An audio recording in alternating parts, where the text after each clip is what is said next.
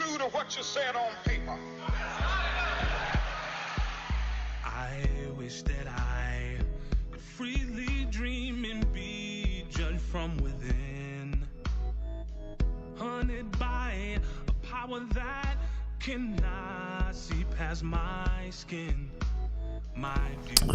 Well, welcome back to the second hour at the round table with MAMLEO. Folks only hear what we talk about on the break, right?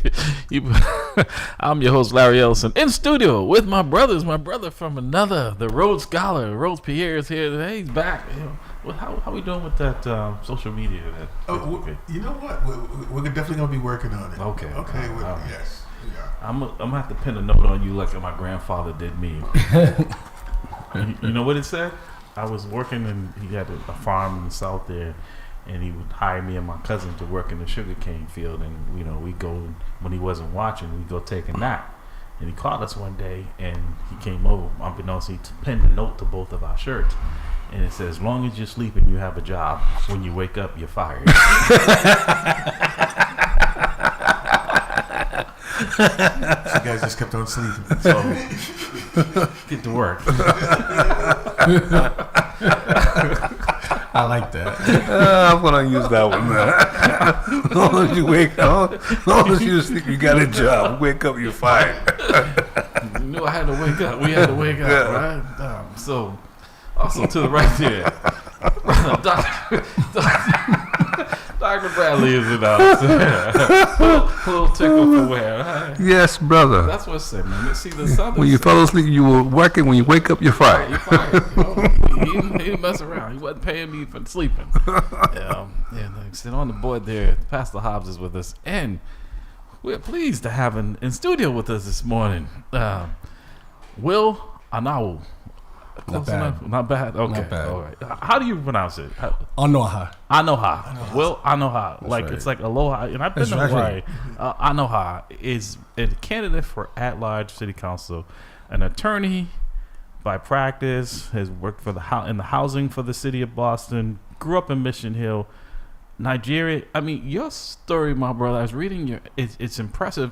But more importantly, what stands out, you're one of the few people that I looked and said that should even be applying for a position as a city council, right? You have the education, the background. I'm not saying you have to be Einstein, but you have to have some knowledge of how these things work. So yes, sir. I'm very pleased to see some of the 100 people running are qualified, at least, to be representing the city. So welcome to At the Round Table with MAMLEO. Thank you so much. It's a pleasure to be here this morning with all of you gentlemen and with the audience and with the city of Boston. So, folks, if you have any questions for the candidate, Aloha. So whenever I say Will, you're going to say the last name for it, right? If you're in Hawaii, you're going to say Aloha, Anoha. Anaha. Will Anoha. There we go. And then you guys want to find more about him, you guys should go to his website, which is willforboston.com. Yeah. Yep. Oh, we can kind of like Ebonics, like some Anoha. That's Anoha. You know, when I was in school, what's that's her exactly name? how the kids used to make fun of me. Anoha, I know him, Anoha. Brings back the memories. That's how you know they like you. They start making fun of you. Grade school's never easy. Kids can be cruel, man. I know him, I know her. That's right. 617-282-0685. 617-282-0685. So, Will, welcome again. You know, and you know we already like you because it's very lighthearted. I've met him several times. We know a lot of the same people, so I always tell people I give a little more accreditation when people who I know who are serious about the community, right? Not just about politics, I think, because politics creep into it, but I know they're doing the work out there. That says a lot, you know, when they're calling saying, hey, you should take a look at this person. So, folks, Will is auditioning today. He's asking for your vote. The primary is coming up in September 9th. And the general is November 4th. Okay. And how many candidates are running at large? So there are 10 candidates in total that are running for 4 positions. And that whittles down after the primary to 8? That's right. Okay. After the primary, you go down to 8, and then November 4th is when you get the 4 who are voted in, foremost votes, then advance to be your city councilors. So I just did a little glossary of your bio, but because I think it's very impressive. Let folks a little bit know about you, your upbringing, how you got there. Because we were talking, Rhodes is Haitian American. Dr. Bradley and I are African Americans. He's from the South. My family's from the South, but most of my time was spent here. And your experience is really that American dream, right? Your family came here, one better for you and opportunities, and we're starting to see that people want to close that door on people that look like us, right? That is absolutely correct. Let's talk a little bit about your journey and how you got here. So my journey, my parents came here from Nigeria as international students in the late 70s. My brothers, my sister, and I, we were all born in Roxbury, grew up in Mission Hill, and I grew up in Mission Hill during the early 80s, the Charles Stewart era time. Okay. So I am a product of that era. So the real Mission Hill. Right, and that was a time when Mission Hill was actually considered part of Roxbury. Now people call it something different or say it's its own neighborhood, which to a degree is not a bad thing. But, back then when you spoke of Mission Hill, they meant Roxbury because that's just where Mission Hill is in Roxbury. If we want to be totally honest, So I grew up in Mission Hill. I attended parochial school for a little bit, and then I went to all the Boston public schools as well too. So I started at the Gardner, to the Taft, then on to Snowden. I'm a student of a graduate of Copley High, Snowden International. Snowden, Newbury Street. When I first working in the school unit, I couldn't believe there was a school on Newbury Street. But then I found out that the woman who left it in her will, it could only ever be a school. That's why it's not condominiums. That's right. Muriel Snowden. Yes. And so, beautiful school because our focus then was international studies. So that's actually where my love and passion for actually, I don't even call it politics, but politics came from. I honestly, I thought I was going to go to the UN and be a diplomat. And after graduating college at UMass Amherst in 2005, Mayor Tom Menino pulled me in. But I knew him because I was already on his youth council. In high school, and so a wonderful lady by the name of Patty McMahon, who used to run the youth council, said, "Hey, Will, this is percolating now. Are you interested?" I said, I thought I was going to go do something. Yeah, whatever. I'm getting out of school. Let me just see. And from that point on, my life changed. I never went back to do anything else. I got pretty much into city government, and that's when my career started. I was his district aide for District 8. So that's all of Back Bay, Beacon Hill, Mission Hill, Fenway, the entire Longwood medical area. I was his representative in those areas till about 2012, left him.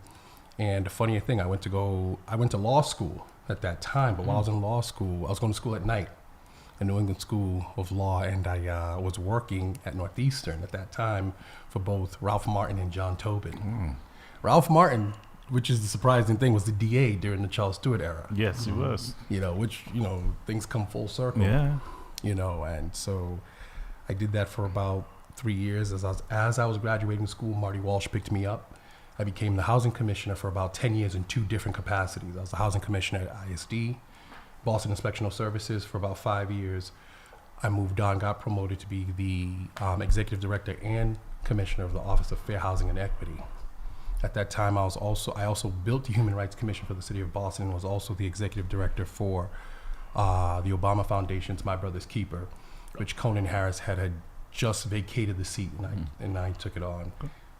To today, I think it's now been incorporated into the mayor's office of Black Male Advancement. That's what happened to that program. So, I mean, again, I'm impressed. Right? No, I mean, it's someone who sounds like they're qualified to jump into this position, almost overqualified. Honestly, based on what I've seen for the most part, there are some down there who take it serious, but then I think a lot of it, people are just following someone else's lead, because honestly, when I first look, I'm like, he's, and so I said I have to be open-minded, because even though someone works for the administration doesn't mean that they're blindly loyal to it, right? Exactly. We all have jobs to do. Because I worked for the police department, I was not loyal to any commissioner or the mayor because I'm an independent thinking person. But one would ask why? Because you're going from certainty to uncertainty with this jump in here. Because probably the job you had pays more than what the city council pays, right? By far. Right. Why is there such a desire? I mean, but I kind of know just from what you said, what you've been exposed to, seeing where maybe you can make a difference in policy at the city level. You know, people ask me all the time, why are you jumping into politics? Why do you want to be a politician? And I tell them, I'm not a politician. I'm a humanitarian that's jumping into the political arena.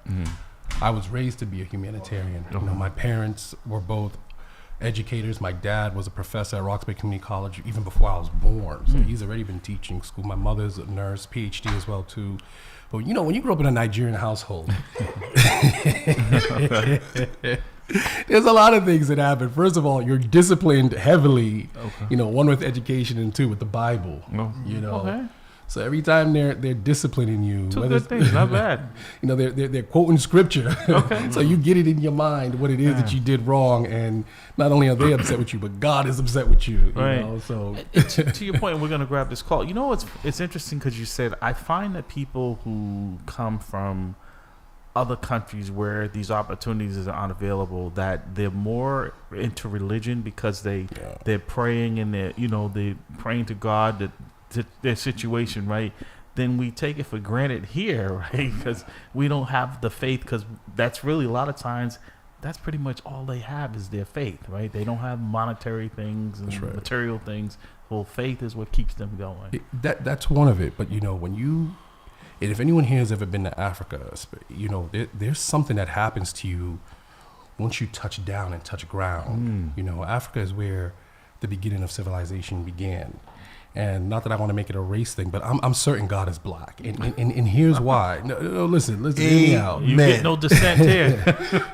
Because, you know, there's a spirit that comes over you. Once you, and the way they pray in Africa, the way we pray, the way we worship God is nothing like anything you've ever seen before. In fact, Richard Pryor did a scene one day where he said after he went to Africa that he would never use the N-word again to call another black man, whether in jokes or whatever, the N-word. Okay. You know, because there's an awakening that happens to your soul, to your spirit. Now, Nigeria is 50% Christian, 50% Muslim, but you wouldn't be able to tell the difference between a Roman Catholic or a Baptist or any of that, because the way we worship God is totally different. Okay. You understand what I'm saying? And I'm from the Igbo tribe. No, seriously, it's about spirituality and the connection to God. It is not about your connection to the institution. That's right. Okay, that's a big difference. Well, first of all, I have to comment on this because I'm actually, I have never been home. All right. Neither have I. I'm glad you phrased it home. 400 years removed. I've never been home. I intend, that's on my bucket list, to go home. And the reason why is because I can feel my spirit pulling me in that direction. And I can also know through my mountains of research that Africa is the motherland. It is the Africa, motherland. It black people are the first people. That's right. You know, people migrating from Africa, going to other parts of the world, physical characteristics change to adapt to the climate. But everything originated in Africa. So when you read scripture, and the little small description we have of Jesus, he has to be a brother. No, and the thing is, you understand the Bible is the latest version of it being the original stories being plagiarized, and the names have changed. But again, the story remains the same. You hit my point. You hit my point. If you really want to read the Bible, I encourage everybody to get the Book of Enoch. that and the Ethiopian Bible. Yeah. Okay. Because what happens is in the Bible, and again, we were in a godly building, so I guess this is appropriate. Is you see, there's something called the uncanonical text. I mean, there are books that were taken out of the European Bible that people read nowadays. And if you were to ever get a hold of the Ethiopian Bible, you'll realize that there are books in it Yes, right. that are not in the Bible. Yeah, our So version of the Bible, the story yes. is not correct. Yeah. So Africa operates on a completely different spiritual frequency. Yeah, All right. absolutely. Let's grab this call. Good morning, caller. Welcome to the round table. You have a comment or question for Will? Caller, you there? Oh, caller, you there? Yeah, hello. Yes. Good morning. Now we can hear you. Morning. Good morning. Yeah, I have a comment or question for your guest. And my comment goes like this. I did my homework, and yes, Boston is the home, or if not the birthplace of education, and Massachusetts is one of the original 13 colonies. But one thing that always frustrates me as someone who's an outsider is that Massachusetts and Boston, the city and the state particularly, like to go hand in hand of being the first of everything that goes on in this country, or at least close to being the first. My question to the guest is, when it comes to education, now the mayor and the superintendent closed down recently 4 schools. For a mayor who's supposed to be pro-education, but yet closing down these schools in the city, what's his strategy or take on trying to keep the remaining schools open? And I have to put this out there. The American education system was never meant for black people. Okay, so and just to add to what he was saying, because to tie it in, because for full disclosure, I worked in the schools for the police department my last 15 years, and I saw this erosion when I started, and there were 75,000 students in the BPS system, and roughly around this, depending on who you ask, is hovering around 40,000, right? And schools are closing, but it's the largest budget. I think that doesn't get talked about. It's almost $1.4 billion. It's the largest chunk of the city's budget. And yet we're seeing a decline in population. So just to add what the caller is saying is that we're seeing schools close. We're not seeing learning increase. What would you recommend? And because you're an at-large, running for at-large, I think people don't understand sometimes the difference between the district and at-large. You are almost like in the mayor and said you represent the whole city. You would represent the whole city. To the caller's point, what would be your workings with trying to improve the education here in Boston, because you are beneficiary, like you said. That's and before, is that because when you said you went to the Snowden, that school in itself was in an environment that was safe compared to a lot of our schools, right? That's because right. there's not a lot of crime going on down Newbury Street other than what they charge you for things. So, Oh my God, Larry. Nice punch. Retail. so Nice little rib gut punch, man. good morning, caller. That is a very, very important question, and one that's dear to my heart, because I grew up in an educational background. The first thing I'm going to say about that is that the city of Boston has never healed from busing. Okay, let me just be totally honest. I'm a product of with it. you. Yeah. You know, and we have never fully healed from that. Rather, we've done a lot of, patched things up with bubble gum and duct tape and said, keep going. Every school, if you ask me, in the city of Boston should be performing like the exam schools. Understand what I'm The saying? exception, not the And- norm, and- right? Yeah, that should be the exception, because as caller said, Boston is the seat of education for the entire United States. There's no question about that. Everybody comes from around the world to be educated here, but we are graduating kids who can't even read at an 8th grade level, Right. which is a major problem. So there's a couple of things I would do to that. One, first and foremost, the resources that go into schools, we need to look at the budget, because we wasted about, I want to say, $170 million this year alone on the buses that couldn't get kids to school Right, on time. right. Yeah. on time. It'd be cheaper to buy parents' cars. Yeah. Yes, it would. It'd be Yes. totally cheaper to do that. That's one. And reallocate some of that money. But another thing I would do is that there's a major crime going on that no one talks about, where it is both funding-wise and almost like a big brother, big sister system, where the colleges and institutions should read be my stepping mind. Thank You you. read my mind. In lieu of taxes, right? in lieu of taxes. I'm gonna get to that in one Right, moment. right. The first thing is, when you get to in lieu of taxes, is that they're for profit. It'll cost you just $75,000 a year to go to BU. That's $100,000 now. All right. So you look at what these schools are charging for people to go there. What they've taken from the city of Boston, we've given them all our land, we've given them everything, and they don't do anything for our Boston public school kids. You know, you might get 5, right, and they're coming from Boston Latin O'Brien or Latin Academy or West Roxbury Latin that might go to their school in September, right? These institutions are not doing anything, and there should be a buddy system where they are coming into the schools both financially and with manpower that are helping to build these minds, these young minds. Mentor, because again, the one-on-one relationship, you don't understand, does exponential potential of development of a child's mind, because no matter how much money you throw at it, it is actually the connection. Well, you were reading my mind, because I was going to follow up, but that's exactly because I said it can't come when they graduate from high school, when they haven't prepared them. Late. Right, we need to get them early on, and we're not doing that. And that should be the ask. Even it's not just about dollars. Well, it's about access. Well, one of the things that I'm a professor at Massasoit, among other places. Yes, sir. And one of the things that Massasoit has that I have, and I'm all in love with this, I'm on board with it, is that they have the professors go out to high schools, identify the high schools where the students are performing well, and then they can take a college level courses before they get to college. But they got to be have a criteria to it. Yeah. But my concern is only in suburban schools. That's why I said my daughter. Exactly. You know, and you know, and so when I go to these schools, I don't see many people that look like me. But the people that does look like me, that I see, I gravitate towards. You know, and my point here is where I'm going here, where I think you're correct, is that a lot of those students say, "I have never seen someone like you." Right. That's a deep statement. Yeah. You know what I mean? For a young person to say, "Dr. Bradley, I have never seen anyone like you teaching me."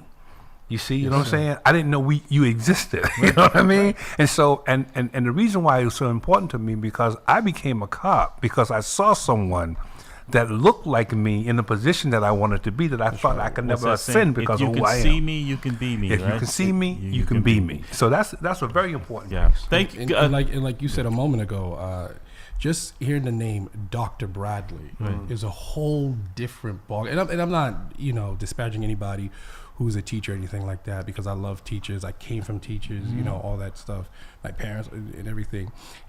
But I remember being in high school, I had a teacher, his name was Dr. Welsh. Okay. And you didn't mess around. Just when you saw his classroom, you saw Dr. Welsh. He taught us economics. And you came in that classroom, you sat up, you were ready. You were ready. Right. Because 1, the man didn't play. 2, he was serious about education. And 3, just seeing someone like that who had taught at the university level and now came to teach high school kids, you knew what time it is. So the institutions can do more. If I was on the city council, I would certainly push that they adopt our high schools. I'm glad he said.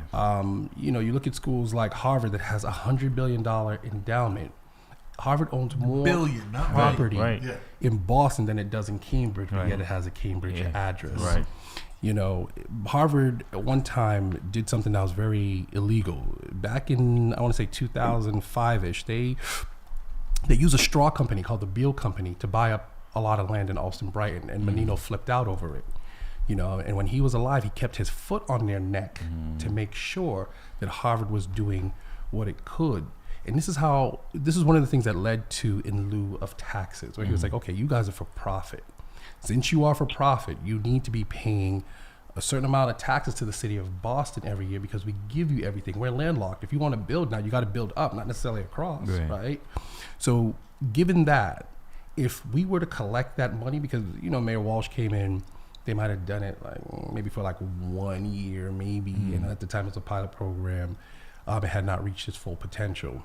But if we were to implement that program, and I don't know why no one on the city council is crying about this, we would probably increase Boston's spending budget, or what we currently have, by 3-4 times it. Well, because a lot of them, because they don't have their resume, the experience, the knowledge like you do. That's why they're coming from I got this. I can't believe I got this job. Let's go. Caller. Thank you. Appreciate your comments and your question. Appreciate it. I'm going to grab this other call. Good morning, caller. Thank you for being patient. Welcome to the roundtable. Yes, good morning. This is T. Michael Thomas from the People's Academy. Good morning, T. Michael. I had you right on my list here. You just and Rose is pointing because what's that say, Rose? People's Academy, education. I have two questions. Yes. Two questions for Brother Will. Good morning, sir. I have to be, transparent. Brother Will and Frank Baker are my two candidates for at large. So full disclosure. So I'm going to be fair with the question.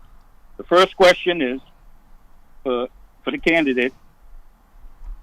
Do you think that the People's Academy brings value to create jobs and opportunity in the city of Boston?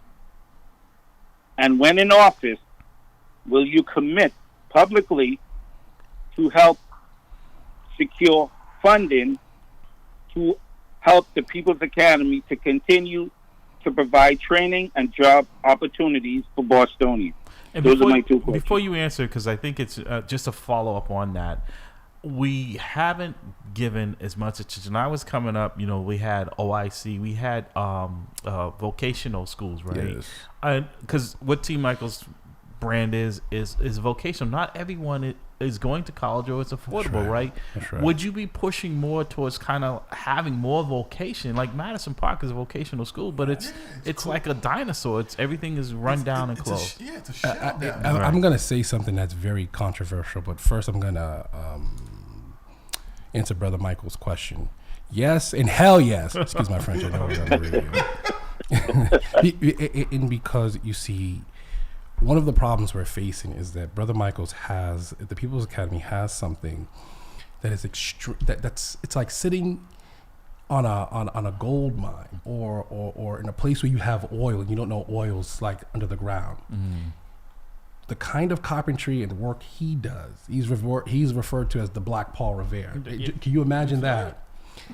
Very few people have that skill to do what he does, especially with copper, and what the People's Academy can teach young folks what to do, especially brothers and sisters who need a second chance, who are coming home from incarceration, right? This is an opportunity for them to restart their lives, pick up a skill that will help them feed themselves, their families, and on and on and on. You understand what I'm saying? And not just a little bit, I mean lucratively.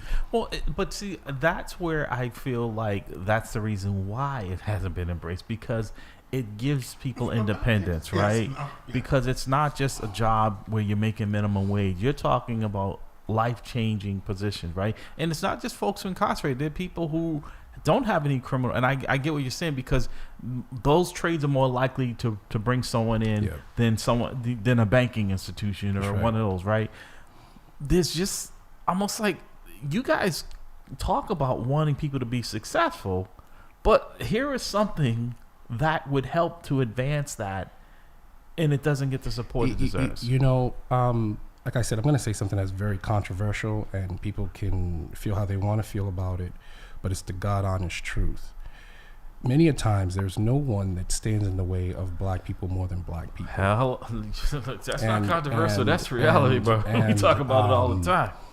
And, this is a program that can change lives.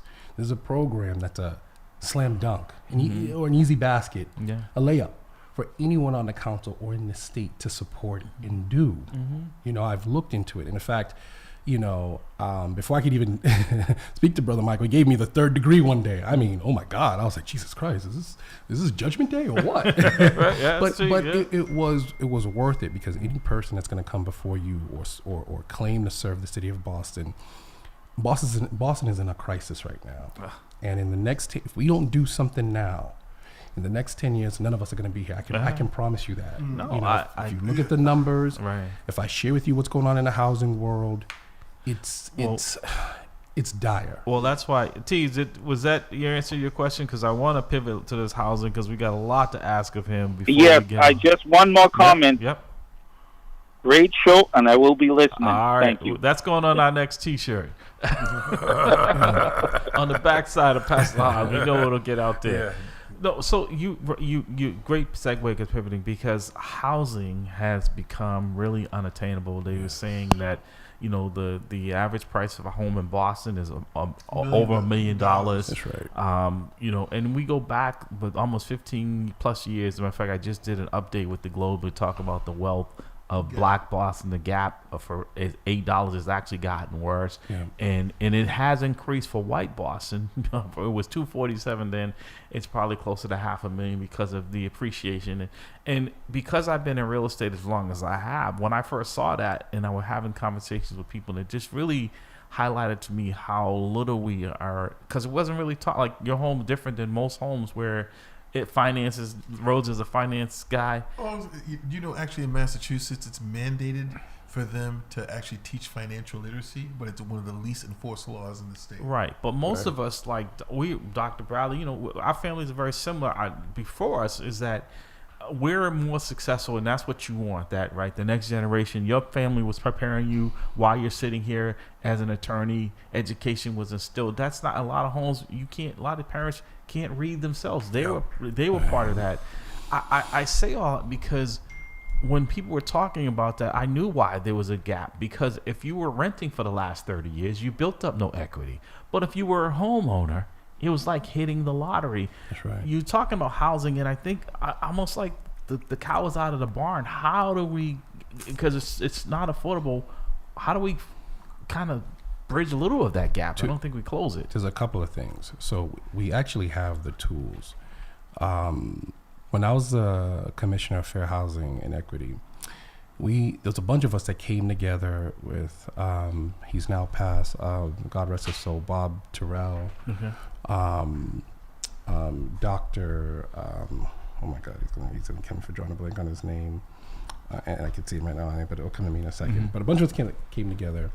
That James Jennings, right, who's a professor at Tufts, to write what is called the analysis of impediments to housing in the city of Boston. It's a 200-page document that we did for the Biden-Harris administration. Started under Obama, first Trump term came in, it killed it. Then it came back under the Biden-Harris administration. It required every city in America to do an analysis of impediments to your housing in the city of Boston, all the things that are impediments. So we wrote this document up, and we figured out all the things that are wrong and what we need to do to fix the housing crisis, or at least to severely address it. I can tell more about you from your zip code than any medical report can ever tell me about you. Wow. Housing is not sexy on its face. That's why most people most mayors, and I'm not taking a shot at anybody, most mayors and governors are not astute when it comes to housing. It's not sexy. They pay people to tell them about it, or teach them about it, or they know a little bit about it. But what happens with housing is that it controls your access to education, transportation, jobs, healthcare, environment. It plays. All these things are married. So a lot of the issues that we are talking about that affect our community are in a polygamous relationship. Please understand that. Now, do you know, based on this analysis, nobody is supposed to pay more than 20 or 30% of your income when it comes to your housing, because it's virtually impossible for you to survive anything. The reason we have so many people living check to check, is because some people are paying 50, 60, up to 70% of their income in housing. Everyone talks about affordable housing, but let me tell you the issue with affordable housing. It's part of the story, but the problem with affordable housing is that you gotta be poor to get into it, and you gotta be poor to stay in it. So it creates a cycle of poverty. When you build what I've been pushing, workforce housing, what you now do is the rest of us who are in the middle class, well, there's no middle class anymore, working class, you create housing for them. The average person in Boston makes anywhere between $59,000 and $61,000 a year. Okay, the Boston Globe came up with an article last March that said, in order for you to live in the city of Boston, comfortably, just just be okay, you have to make $125,000 a year. Now, the person or the people that make $125,000 a year, just on average, just average people, are in Newton, Wellesley, Brookline. Boston cannot compete with those numbers. And where they get those numbers from, which we get thrown in is from a very antiquated system that HUD put together in the 70s. You understand what I'm saying? So we are using a formula that is so antiquated. Time and things have changed. But also to that point, Will, I think the city is handicapping and tying their hands of being able to bring in talent, right? Because most city jobs don't pay, but there's a residency clause, right? That says requires you to live in the city unless you're a fireman, a policeman, and even then you have to live first 10 years. Yes. But most of the, the librarians, the people that work in community centers are not at $125,000 a year. No. And this is where workforce housing comes into play, because now what happens is you create it through what is called public-private partnerships. Menino started a lot of this, where you team up with private equity firms or developers, right? Because developers always get a bad name. But what I've learned doing this work, especially about developers, is if you say to them, hey, I need this, build this for me. They have very creative minds. They go back into their think tank, figure out whatever you need to do, and they do it.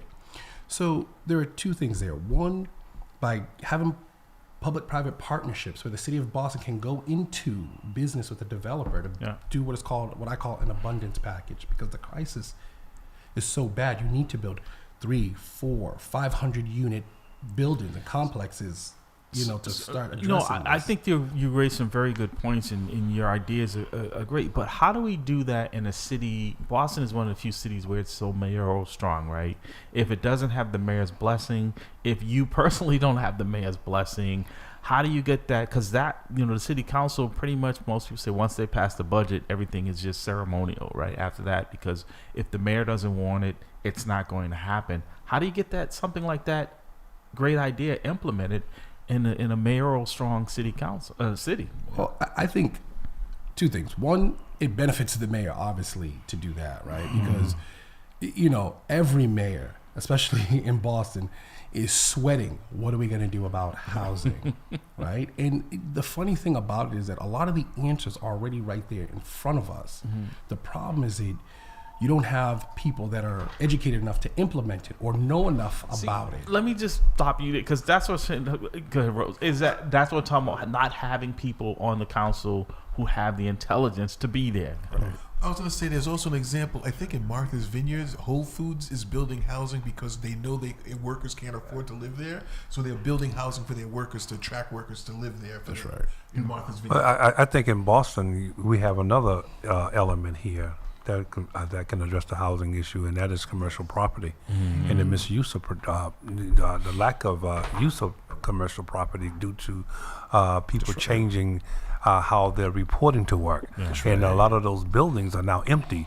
Rezoning and those buildings could also be an option. So I wanted to hear about how you do that. I've said that, where it's like COVID gave us the answer to a lot of problems. One is the commercial buildings, the office buildings that are downtown, or even these school buildings that they're closing. You can convert that because they're already fixated. Everything in them, the structure is built it's for already housing. there. You can convert it. They've done it with some school buildings. You see them did it. I'm not saying anyone should do the Lucas, but you saw them do that with that church in the South End. That's right before the overpass. The Rogers in Hyde Park. And there's also a school in Rosendale. It's like a senior citizen home. My old elementary school. I think it's called the School. That's the name of the building. With the Ella J. Baker was in. Let's grab this call. Good morning, caller. Welcome to the roundtable. Do you have a comment or question? Yes, I do. Okay. I'm concerned very much about the types of workforce development that has been going on in the city of Boston, where they have so many different departments: Office of Workforce Development, Office of Economic Development, and then as candidate Wells was just explaining, they have something in equity that deals with workforce development. And I'm concerned that none of the workforce development that they are doing is for middle and high income jobs. Okay, so the money, No, I just say, you don't have to give us your last name, just your first name if you don't mind, or whatever you want to use, just so we can address you properly. That's all. Oh, okay, Pamela. Pamela, okay. So you want to finish your statement, and I'll let Will answer you. Yes, and so with the existence of basically linkage fees that are received from developers, part of those linkage fees are to go to create jobs, but the few jobs that they've created have not been in high paying jobs, such as construction jobs. And the fact that we do not have the People's Academy nor the vocational high school, Madison Park, we don't have any way of training people, school dropouts, people who have not given up on education. Right. So let me just sum this up, because I think it will, because we've got a few more questions. Thank you for that. I'll let him answer. You can stay online. We, as you were saying, we don't have a workforce that is generating enough economically to be in the city with their skill sets, right? So it's not attracting. We've become a San Francisco in areas where it's just not affordable, right? So we can't import talent. We can't even maintain the talent. We've seen a lot of people who grew up here who have had to move out because they were renters and not owners. So you want to answer the caller, Pamela's question? So I'm just trying to wrap my mind around the caller's question. So is it about what are we going to do for workforce development? Yeah, that was part of it. Yes. That's a really good question. Our workforce development is super important, and here's why. Many of the people who are leaving the city or leaving city jobs are the baby boomer generation.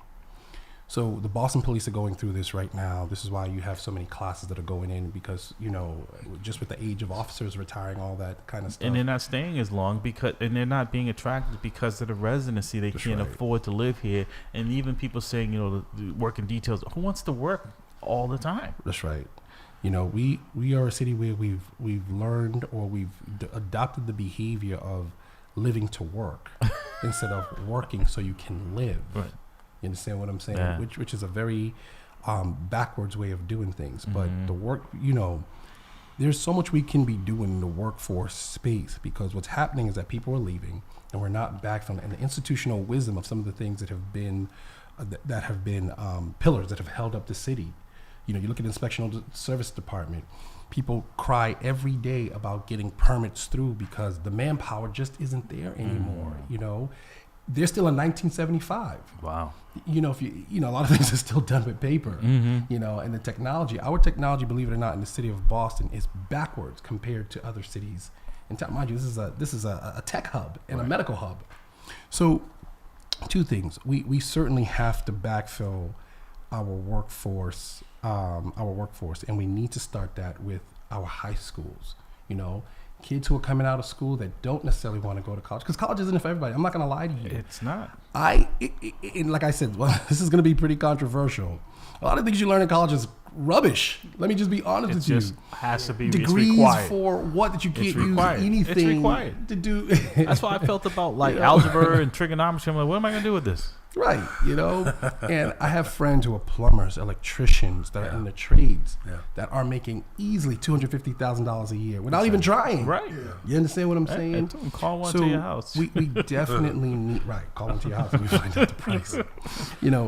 We definitely need to be creative, because the future is moving forward. We need to build more jobs in the green energy space, because I think that's something that's going to take a lot of wave in the future. AI is now here. I will say that I'm not a fan of using AI for everything, because it will kill the job market. So there are some things I think the city has to be very careful with, and saying we're not going to allow this type of technology to exist. Like, for example, they've got the taxis that can take you or drive by itself. Self-driving. Now you're going to kill the Uber driver. The Vimos. Yeah, or those people who do DoorDash or all that, who find different ways to survive. Right. So you'll destroy part of the workforce with part of that. Yeah. But things that are like green energy, things that are in the construction, things that are in the trades field, things that are even in city government. Believe you me, you need people. We should be teaching people. But also, that human contact is also good. Caller, thank you for your question. I'm not sure if you're a first-time caller, but you raised a very good point there, and feel free to call back again. Thank you. But can I just say one more thing? Sure, good. Yeah, okay. First of all, my name is Pamela King. Okay. And I've called before, and I'm Good really morning, concerned. Hello? Good morning, Ms. King. Go ahead. Good morning, yes.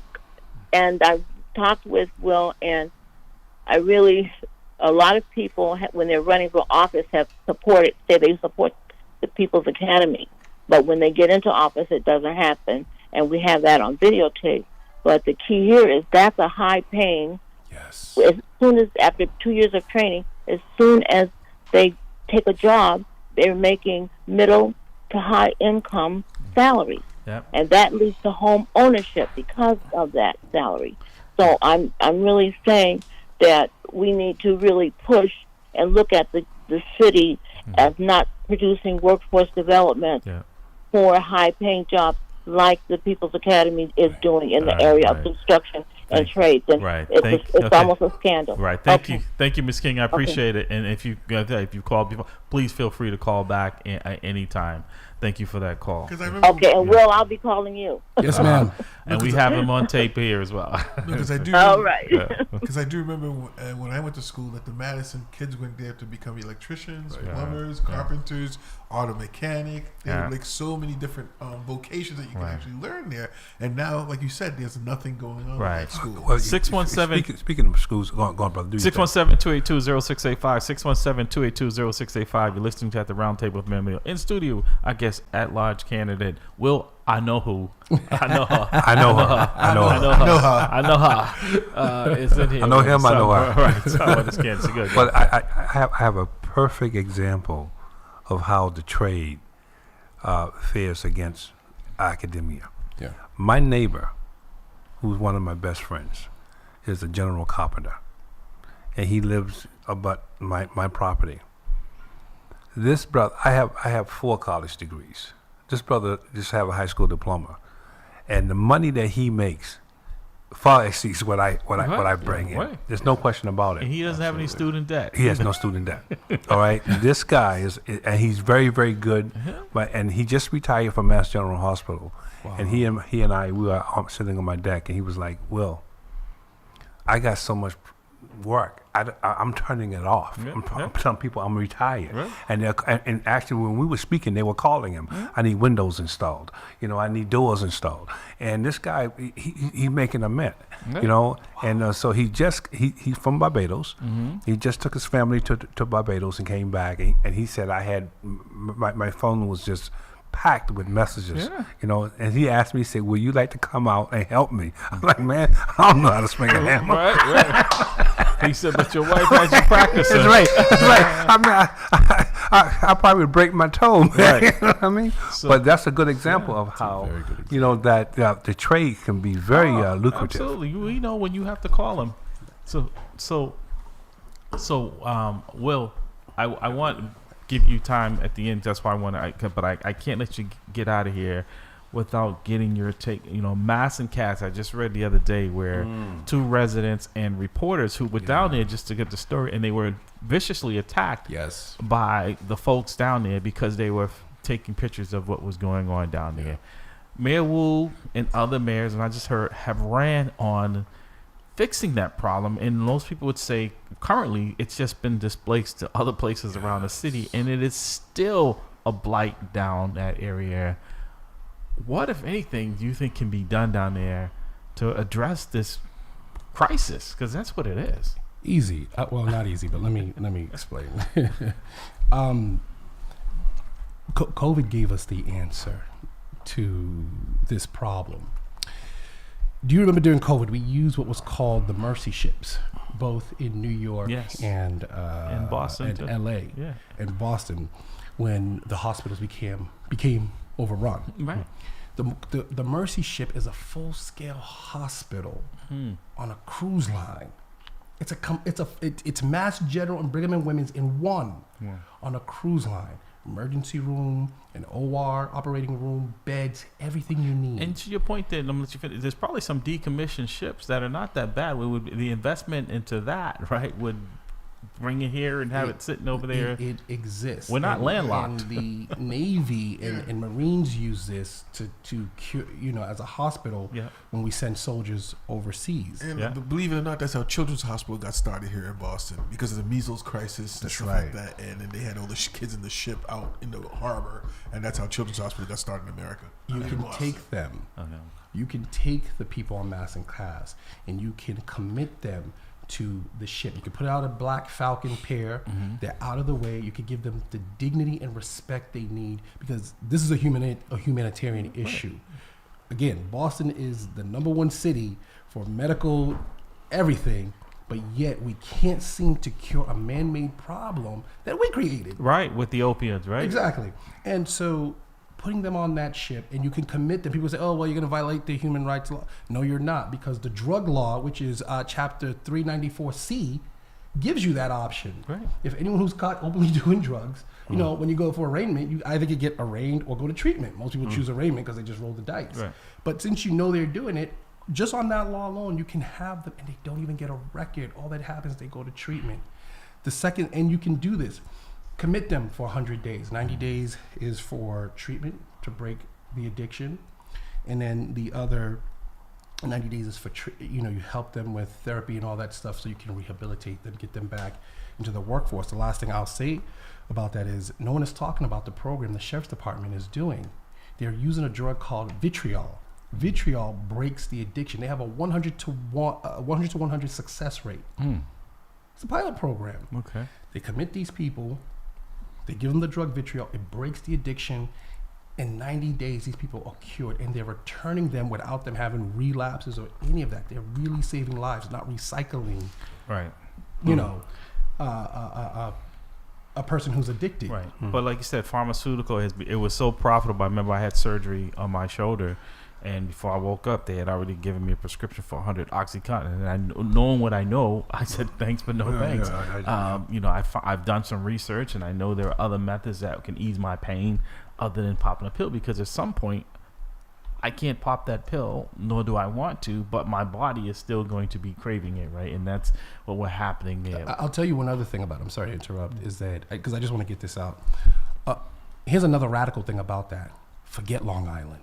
Forget the bridge. We don't even have to do that because it'll take about $1 billion to do that. What we could do with Long Island is use that land, clean it up, and build housing. But about waterfront. And build workforce housing. We've got about 3 minutes left. We want to give you a time to make your pitch to folks out there on why they should come. So there you go. You have the full. This is your audition for your new job. Well, thank you first of all for having me on the show. Good morning to all the listeners out there. I am humbly asking for your vote on September 9th and November 4th because our city is in a time of crisis. And right now, the type of people that need to be on the council are the kinds of people who are really humanitarians, who are going there to do the job, who care about Boston, and who care enough to educate themselves about what's happening in our city, and who are going to stand up for all communities, who are going to stand up for all people. Currently, right now, that's not what's happening. Currently, what's happening on the city council, everywhere I go, people call it a clown show or refer to it as a circus or what have you. And really, that's what's happening. But more importantly, if you want someone who's going to fight for you, if you like the way how things are, then continue to vote the way you're voting for the people who are currently there. But if you in your spirit believe that you deserve more, and your city should do more for you, and you can get more out of your city, and you want to send people there who are real humanitarians to do the job for you, then give me a shot. Will Anoha, I approve this message. I like to. Well, and see, what we're also going to get from him is because we have a lot of people come in when they're running, and we don't see them. So do we have a commitment, whether you win or not? And we wish you the well that you'll come back and continue to help work with you, because that's where I think people lose faith in politicians. Is that if they don't get what they want, we don't see them anymore. I'm not going anywhere. Been very few. You'll see me again and again with the grace of God, win, lose, or draw. I'm doing this because I believe God has put this in my spirit to do this. I didn't just wake up and decide to do it. I think also someone like yourself, like I said, you have an impressive background, your resume. doesn't have to do this. Actually, you're actually going backwards, what most people would say, right? So I appreciate that in the spirit of that. Dr. Bradley, any final comments? I know you. I'm impressed. I mean, that's a hard test. That's a hard bar. Trust me, that's not easy. That's a hard what bar. I mean? I think you have some very credible and very good ideas about dealing with the different issues facing Boston. And I think the citizen of Boston would be served well with your presence in that. And Rose, before I pin this note that my grandfather pinned on me on you. All I'll say is, again, remember, folks, willforboston.com. If you guys want more information about this gentleman. And, again, go out and vote, because if you don't vote, your voice don't get heard. So please. They can't count your vote if you don't cast it, right? So please get registered and vote, and then stand up for yourselves. All right. Get your voices heard. Folks, you've been listening to At the Round Table with MAMLEO. Yes, we're back. It's good to be back here live in the studio. And Dr. Bradley? Be blessed. Amen. Great job, Will. Great job. I wrote 300 songs in 1 year. Boogie will tell you I'm on it. I got unreleased songs for days, they don't want it. Eat any MC in the game. It ain't a challenge if your music reflects who you are, then you's a coward. I can see through the lies you ain't living what you spitting. If your money's so long, while your dog's in prison. While your baby mom's stripping, while your mom's still living in that same broken home that you used to sell piffin'. You ain't gotta lie to me to sell me a track. You ain't gotta rock fake jewels or walk around strap. I respect artists getting money, but love them for spitting crack. And the fact that one track can move a family out the trap. It's a dream for us lost souls brought up in the mix. I'm motivated by the artists coming out in my midst. And the artists that paved the way when I didn't exist. Music's a skyscraper, I'm just trying to add a couple bricks. This is for the dreamers. They say I am a dreamer. Cause I still believe that anything is possible as long as you work hard. Hustle real hard, hustle real hard. Hustle real hard, hustle so if I never see ya, never get the chance to meet ya. No, I came up from the bottom, always rooting for the unknown.